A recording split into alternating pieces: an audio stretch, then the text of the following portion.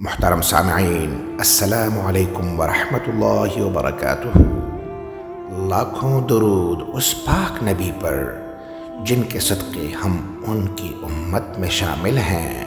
رسول اللہ صلی اللہ علیہ وسلم نے ایک موقع پر یہ یادگار ارشاد فرمایا، یعنی ہر امت کا ایک امین ہوا کرتا ہے اور اے امت، ہمارے امین ابو عبیدہ بن الجراح ہیں۔ مقصد یہ کہ ہر امت میں کوئی شخص بطور خاص بہت بڑا امین ہوا کرتا ہے۔ اس تمام امت مسلمہ کے وہ خاص اور بہت بڑے امین ابو عبیدہ ہیں۔ رسول اللہ صلی اللہ علیہ وسلم کے اس یادگار ارشاد سے یقیناً حضرت ابو عبیدہ الجراح رضی اللہ تعالیٰ عنہ کا مقام و مرتبہ خوب واضح و ثابت ہو جاتا ہے۔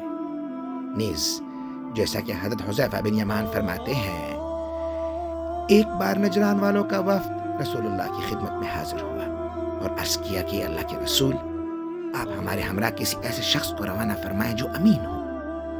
تب آپ صلی اللہ علیہ وسلم نے فرمایا، میں تمہاری طرف ایک ایسے شخص کو روانہ کروں گا جو واقعی اور برحق امین ہوگا، جو واقعی اور برحق امین ہوگا۔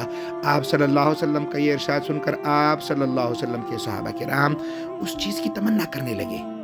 تب آپ صلی اللہ علیہ وسلم نے ابو عبیدہ بن جراح کو ان کے ہمراہ روانہ فرمایا۔ یعنی رسول اللہ صلی اللہ علیہ وسلم کا یہ ارشاد سننے کے بعد متعدد اکابر صحابہ اس بات کی حسرت اور تمنا کرنے لگے کہ کاش آپ علیہ السلام اس کام کے لیے مجھے منتخب فرمائیں، کیونکہ آپ علیہ السلام نے پیش کی یہ خوشخبری سنا دی تھی کہ میں اس مقصد کے لیے ایک ایسے شخص کو منتخب کروں گا جو واقعی امین ہوگا۔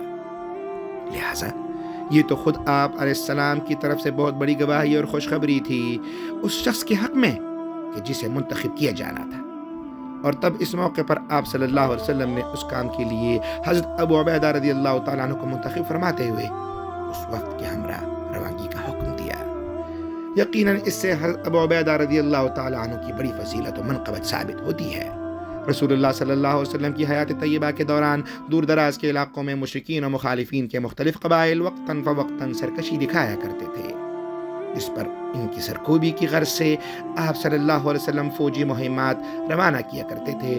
ان دنوں متعدد بار ایسا ہوا کہ آپ علیہ السلام نے اسلامی لشکر کا سپہ سالار حضرت ابو عبیدہ رضی اللہ تعالیٰ عنہ کو مقرر فرمایا، اور یوں ان کی سپہ سالاری میں لشکر منزل مقصود کی جانب روانہ ہوا۔ حالانکہ اس لشکر میں بڑے بڑے صحابہ کرام حتیٰ کہ حضرت ابو بکر اور حضرت عمر رضی اللہ عنہ مجمعین جیسی جلیل القدر شخصیات بھی موجود ہوا کرتی تھیں۔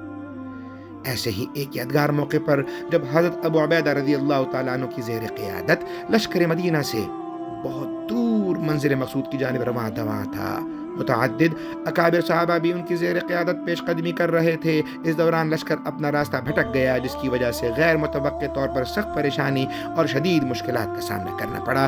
خوراک کا ذخیرہ کافی کم پڑ گیا۔ اس نازک ترین صورتحال میں سپہ سالار کی حیثیت سے حضرت ابو عبیدہ رضی اللہ تعالیٰ عنہ نے خوراک کی تقسیم کا کام خود سنبھال لیا، اور تب آپ رضی اللہ تعالیٰ عنہ ہر سپاہی کو روزانہ صرف ایک کھجور بطور خوراک دیا کرتے، نیز یہ کہ دوسروں کی طرف خود بھی روزانہ محض ایک کھجور پر ہی اکتفا کیا کرتے تھے۔ یوں حضرت ابو عبیدہ رضی اللہ تعالیٰ عنہ ہمیشہ ہی راہ حق میں ہر قسم کی تکالیف کا خندہ پیشانی کے ساتھ مقابلہ کرتے رہے، اور یہ سلسلہ تو دین اسلام کے بالکل ابتدائی دور سے ہی جاری تھا کہ آخر آپ رضی اللہ تعالیٰ عنہ السابقین الاولین میں سے تھے۔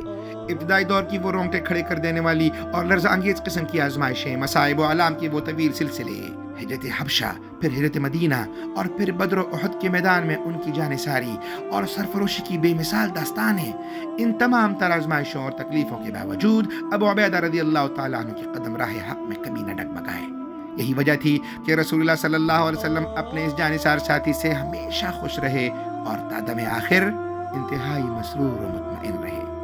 یوں ہی وقت کا سفر جاری رہا حتیٰ کہ رسول اللہ صلی اللہ علیہ وسلم کا مبارک دور گزر گیا۔ مزید معلومات کے لیے ملاحظہ کیجیے پارٹ 3۔ اقول قولی واستغفر اللہ لی ولکم ولسائر المسلمین۔ چینل کو سپورٹ دیں، لائک کریں، سبسکرائب کر دیں اور بیل آئیکن کو پریس کر دیں۔ شکریہ۔